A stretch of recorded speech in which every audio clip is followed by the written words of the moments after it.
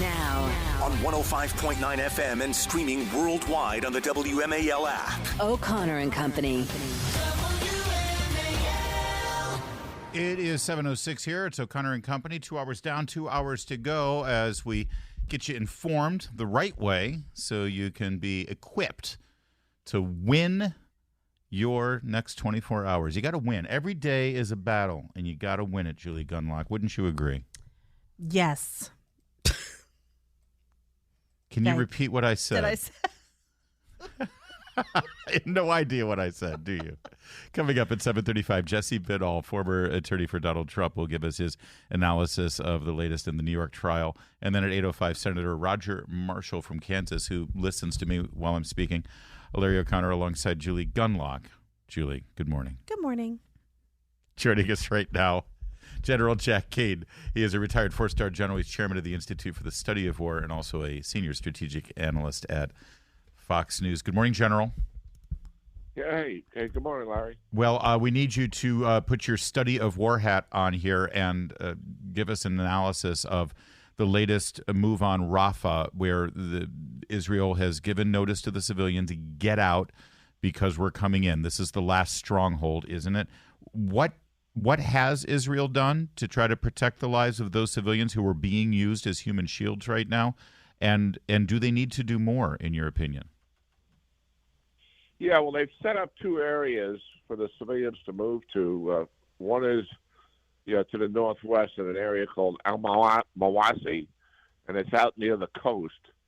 And then in the Hans Yunis area, which is a city to the north that Israel cleared a number of weeks ago, there's hundreds and hundreds of tents there with medical facilities, food, and water, which is another area where they asked the population to go to.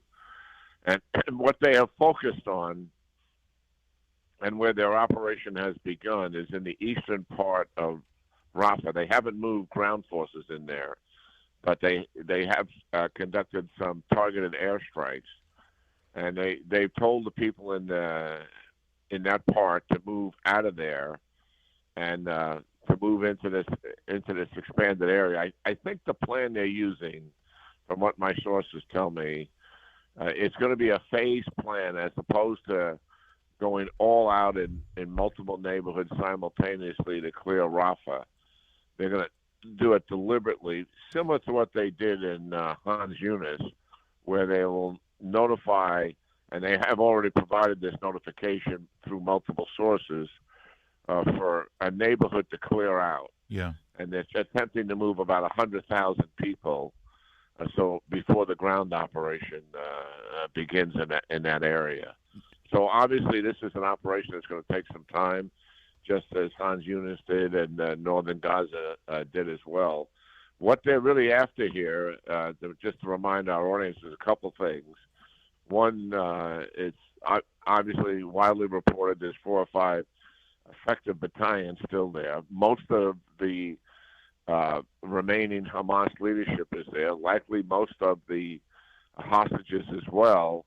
And not talked about too much are the smuggling tunnels that Hamas uses from Egypt that come across the border of Gaza and Egypt and is referred to as the Philadelphia Corridor. It's a 9-mile stretch right along the border there with those smuggling tunnels. I'm sure they're going to do everything they can to defeat those tunnels and make them useless for the future. But that's kind of the nature of what the Israelis are up to here. This type of warfare, and I know that I've been told it's very difficult, it's very dangerous to have to go methodically into an urban setting like this.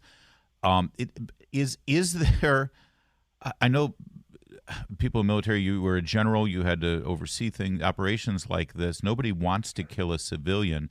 But at what point to achieve the objective, the military objective, especially when you're dealing with an enemy like Hamas, do you have to just say, listen, we've done what we can, but now we just have to defeat the enemy, and if civilians get caught in the crossfire, there's literally nothing more to do? Is that the kind of conversation that has to be had?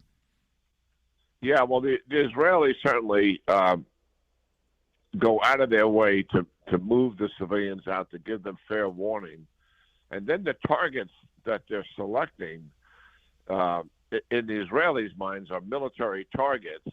But the problem that we run into is, and this has been reported from the beginning, but is ignored by many people worldwide, is that Hamas is using the civilians to shield them. So even though Israel is telling people to move, a number of them are not able to move because Hamas is using them to protect themselves. I mean, the obvious reality is that we now know there's over 300 miles of tunnel complexes in Gaza, and the Israelis fully admit that they have not been able to find all of them. They suspect there's even more. But there's not a single tunnel complex that the people can use as bomb shelters to protect themselves. Millions of dollars flow into Hamas on a monthly basis out of countries internationally around the world. And none of that is used. And for their number one priority of a government is to protect its people. And Hamas is the government in Gaza. And none of it is used to protect those people. They absolutely want the martyrdom, this is their words, of these people. That's the reality of it. And we're already starting to see the reaction to Rafah. We're seeing it on Twitter where people say Rafah is home to 600,000 children.